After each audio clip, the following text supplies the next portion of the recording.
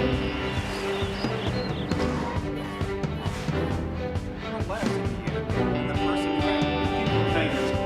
here in the area for this. I'm Kristen Estes, and this is Lakeshore.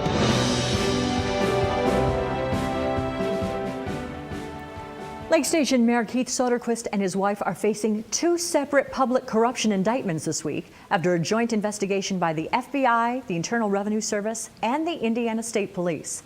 The indictments allege that Soderquist and his wife Deborah, who was employed as the mayor's administrative assistant, used a campaign finance account and the Lake Station food pantry account for personal expenses, including gambling at local casinos.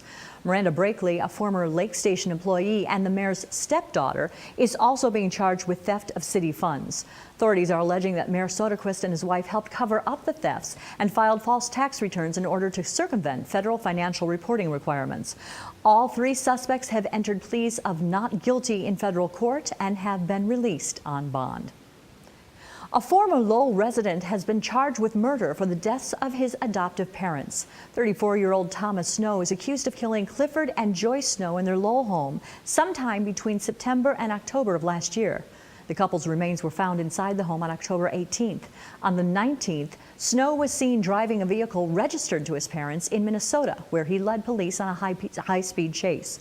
After facing charges there, he was extradited to Newton County on an armed robbery charge. When those charges are resolved, Snow will be transferred to Lake County to face 2 counts of murder. The East Chicago Police Department is reporting their lowest overall crime rates in nearly 2 decades. In addition, the total number of crimes reported to the FBI in the first quarter of 2014 compared to the same quarter last year shows a reduction in violent and property crime of 33%. East Chicago Chief of Police Mark Becker says his officers have been targeting traffic violations as a tactic to lower total crime. He also credits the crime rate drop to community outreach programs and increased police presence with the region's stop team. The Northwest Indiana Regional Development Authority, or RDA, has announced its approval of $3.3 million in incentives to help create new jobs in Northwest Indiana. The funds are in the form of no-interest securitized forgivable loans that will be used to help support a proposed plant expansion in Hammond and the relocation of an existing business in Portage. Both deals are currently in negotiation. Details about the specific companies will be forthcoming once agreements have been finalized. No RDA funds will be issued if the projects fail to get off the ground.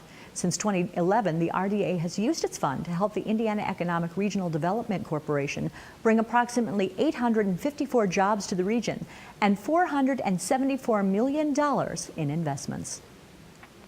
Indiana Governor Mike Pence launched his Jobs and Economic Development mission to Germany this week by visiting some Hoosier troops. The governor stopped by Ramstein Air Base, headquarters of U.S. Air Forces Europe, and home to the 86th Airlift Wing.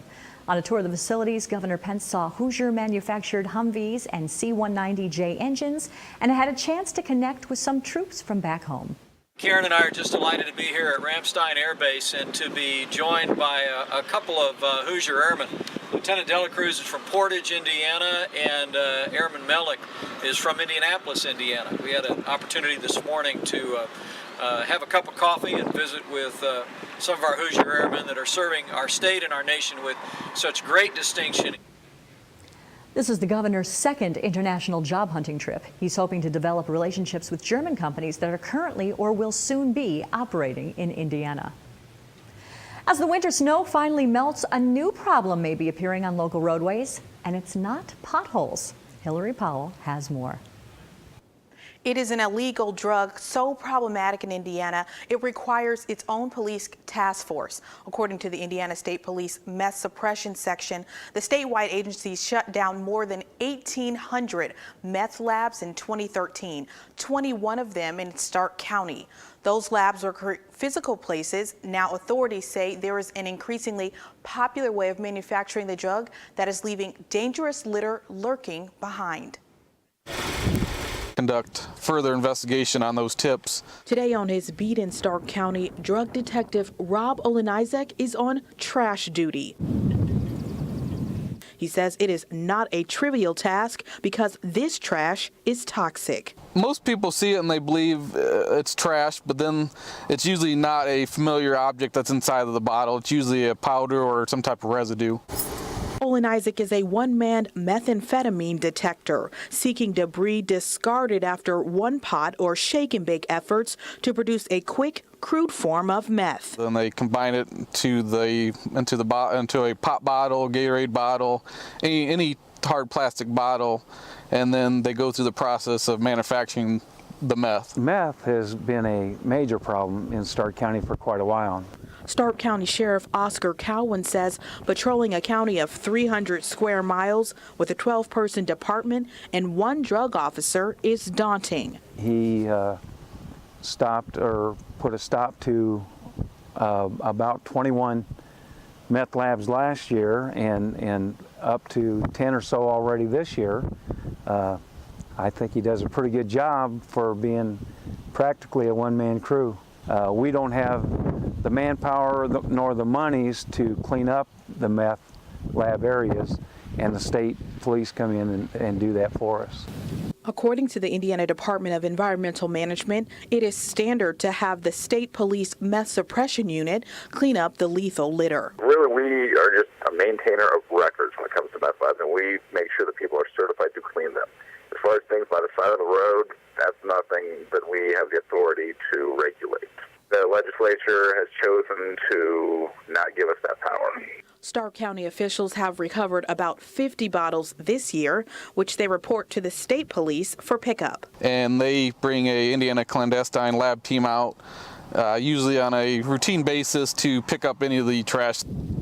Because the sheriff's office is outnumbered by the growing bottle buildup, Olin Isaac says there's no one way to spot or report the trash. He trains his officers to look out for suspicious waste. On this day, the trash is left in the field to wait for state police to recover. That's why officials warn residents to walk away from all roadside waste. The chemicals that they use to manufacture the meth, some can also burn your skin or do very dangerous harm to the kids. Residents should also be careful opening discarded duffel bags or stray bags because they could be harboring meth products. They can produce gas and off gas into their face to cause them injury. Moving to a nice, cute little community, and you see how peaceful it is. And there's kids everywhere, and it's just the way they leave us sit now. I mean, it's dangerous now. Laura Watterson moved to Tiny Hamlet 3 years ago from Elkhart. She lives near a trailer home police are investigating as a potential meth lab. But she says what lurks on area lawns is just as troubling. Now, when I lived in Elkhart, you've seen a lot of that just laying around, floating in the river and stuff. You don't see it here. That's why this is such like a shock to everybody. They're like, it's kind of like bringing it to your front door because it's really so close. Sheriff Cowan emphasizes his team has recovered about 10 meth labs this year and says he's satisfied with the progress his department is making to fight the illegal activity. A company which operates private immigration detention centers is showing an interest in Hobart, and residents are voicing their concerns. Steve Walsh, host of Regionally Speaking on Lakeshore Public Radio, spoke with Hobart's mayor about the rumored facility.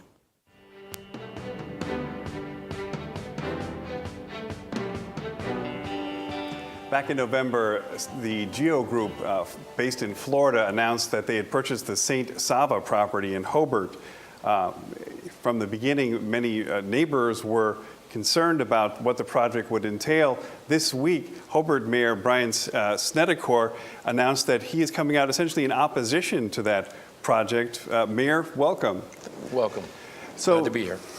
You came out with a letter saying that you'd basically saying that you'd rather Geo look elsewhere for creating this immigrant detention center.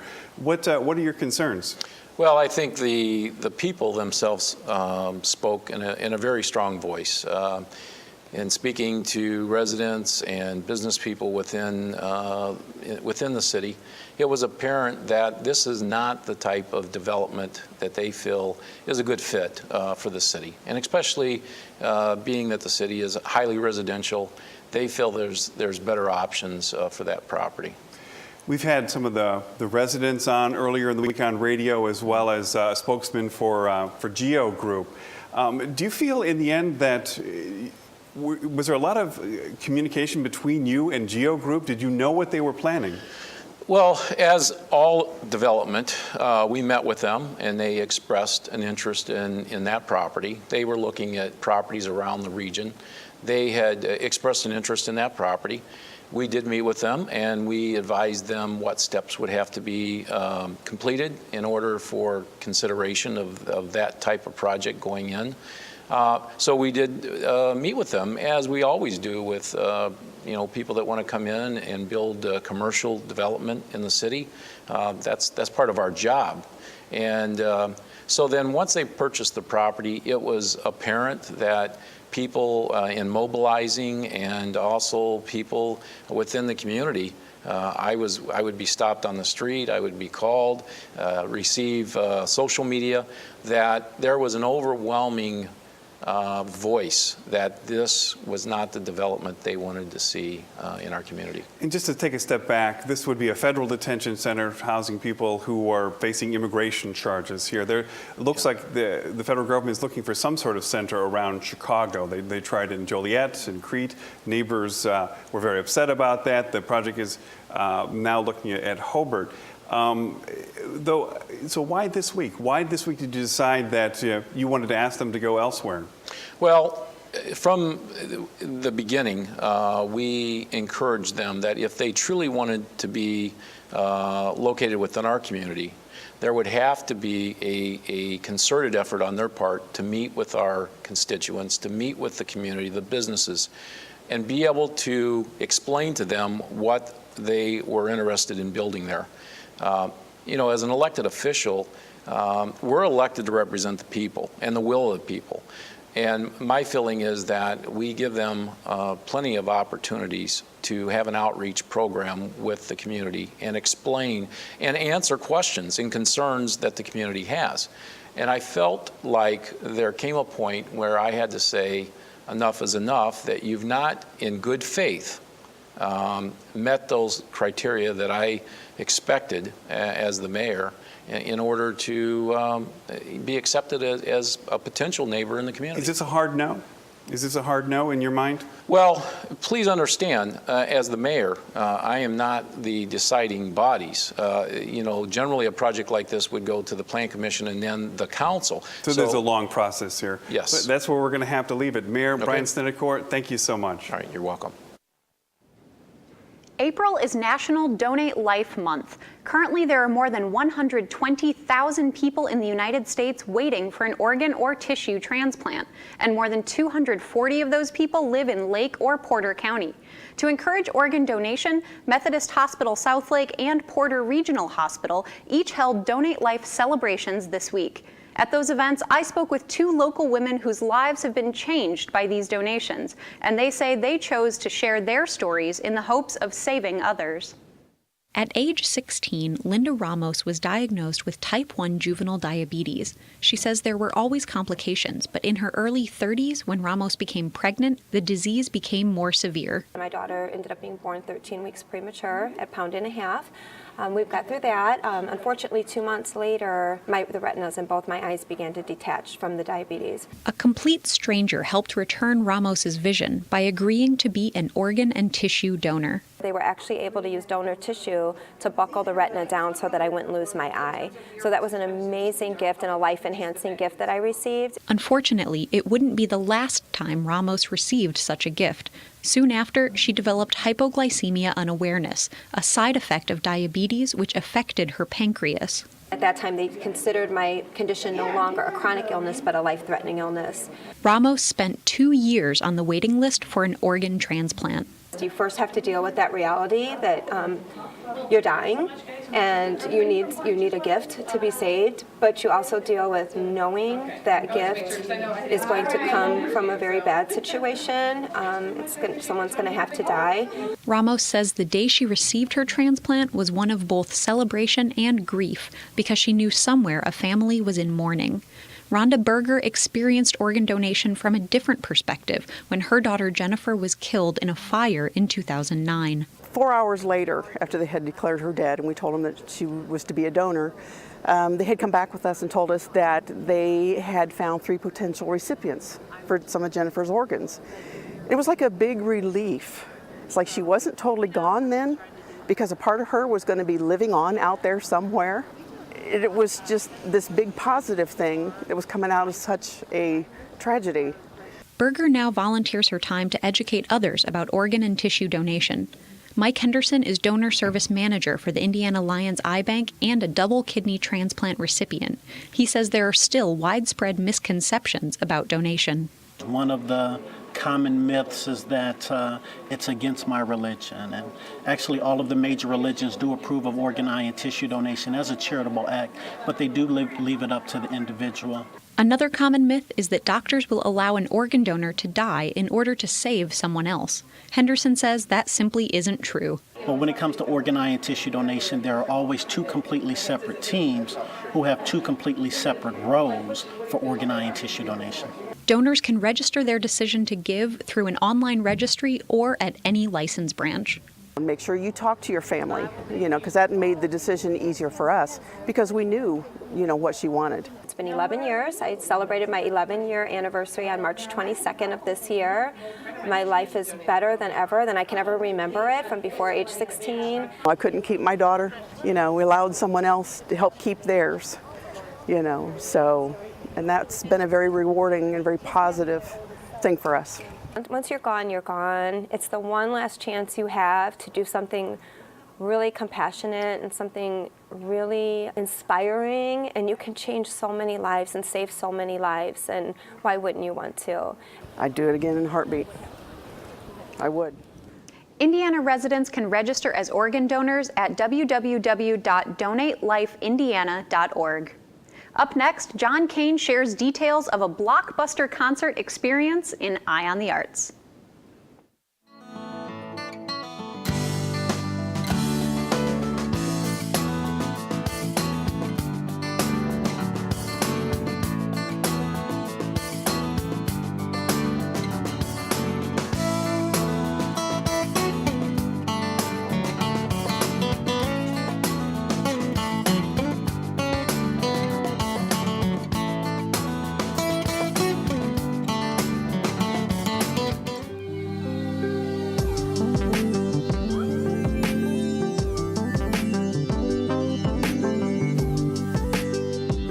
Hi, joining me for this edition of Eye on the Arts is Philip Bauman, music director of the LaPorte County Symphony Orchestra.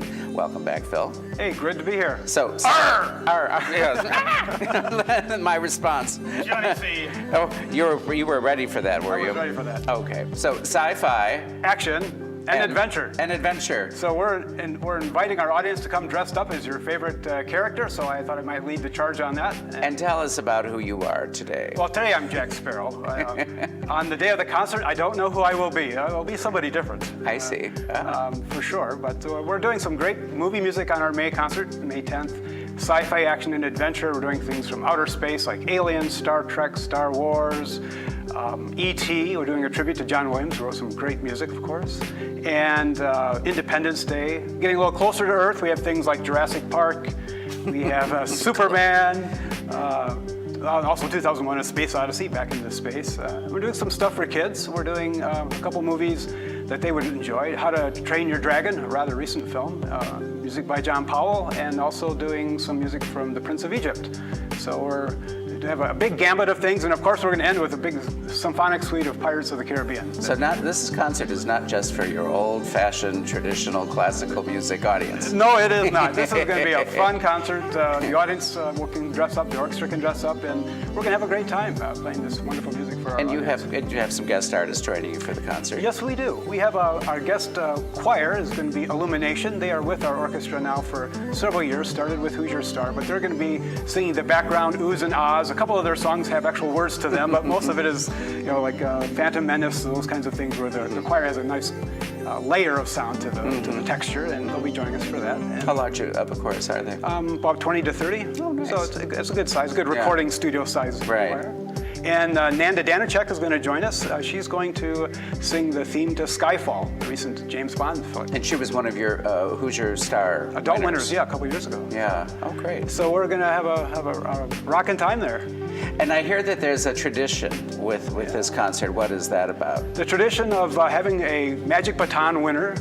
People can put themselves in the lot to be a Magic Baton participant. They get votes by dollars. You can vote as often as you want. The winner gets to conduct the orchestra at that concert, Stars and Stripes Forever. Wow, fun. We'll practice for them, and they get to just enjoy time conducting the orchestra. Good. Well, thank you for being here to tell us about it. Good luck driving home. May the force be with you, John. Thank you, and thank you for watching. We'll be back again next week with another edition of Eye on the Arts.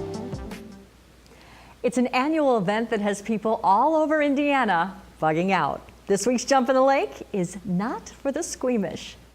Today we're taking a quick trip south of the lake to Lafayette, Indiana for the 24th annual Purdue University Bug Bowl. I'm with Steve Yenenek. He's a professor at Purdue University and head of the Department of Entomology, and we're here at the 24th annual Bug Bowl. This started 24 years ago as an outreach activity of one of our classes that we teach. So sort of on a lark, one of the professors decided to see if the students wanted to get involved in some extracurricular activities. It's an opportunity, first of all, to come to the university and get a sense of some of the wonders that we get to be involved in, to give them some familiarity about what we do as entomologists and the things that we find fascinating.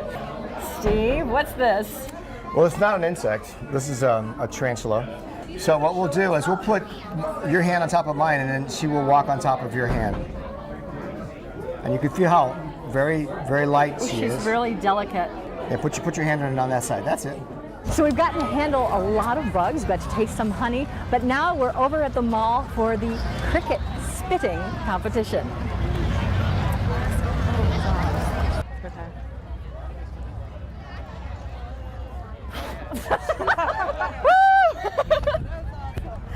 I know it's a good one. It's a good one. I cannot spit. That's a good quality for a lady to have. I'm just shocked I put it into my mouth. 4 feet! Now a part of Bug Bowl that I've been really looking forward to. This is the bug eating tent. Come on, let's go eat bugs. This is Tom Turpin, and Tom is important because all of us wouldn't be bugging out today if it weren't for this man right here. You started Bug Bowl, didn't you? Well, sure, blame me. Yeah, it's all your fault. Yeah. I am blaming you. I've had a cricket in my mouth today, and you are to blame. I heard the spit was not spectacular. No. Okay, I will. Eat them head first or tail first. It doesn't make much difference. But I ought to crunch, yes? You ought to crunch, yeah. You know, okay, you know what? Okay. No, the flavor is not bad. So we've gotten to handle some extraordinarily interesting creatures. We got to spit crickets, and we've just gotten eaten some bugs. So it's been a great day at the Purdue University Bug Bowl, and we hope you'll join us again next time on Jump in the Lake. Wow, I really admire your bravery in that story. Yeah, I was scared going in, wasn't thrilled about touching the bugs, wasn't thrilled about eating bugs, but it was cricket spitting that was almost my undoing. But just the teeth, didn't like. I just want to know, were they in your teeth? Maybe a little bit. Oh, you can go to the goodness. web. We have more content on the web you can see for yourself. Hillary, what are you working on for next week? I'll be talking to a lady tuner. It's kind of a unique word, but it's something that's really cool. Okay, well, I'm interested to find out more. Sarah? Yeah, I've got a few stories in the works trying to talk a little bit about ethics in Lake County. Of course, there have been some events recently that bring up that topic, and we'll see what we can find. And remember, for expanded content from Lakeshore Report, you can go to our website, lakeshorepublicmedia.org. Thank you for joining us. We'll see you next week on Lakeshore Report.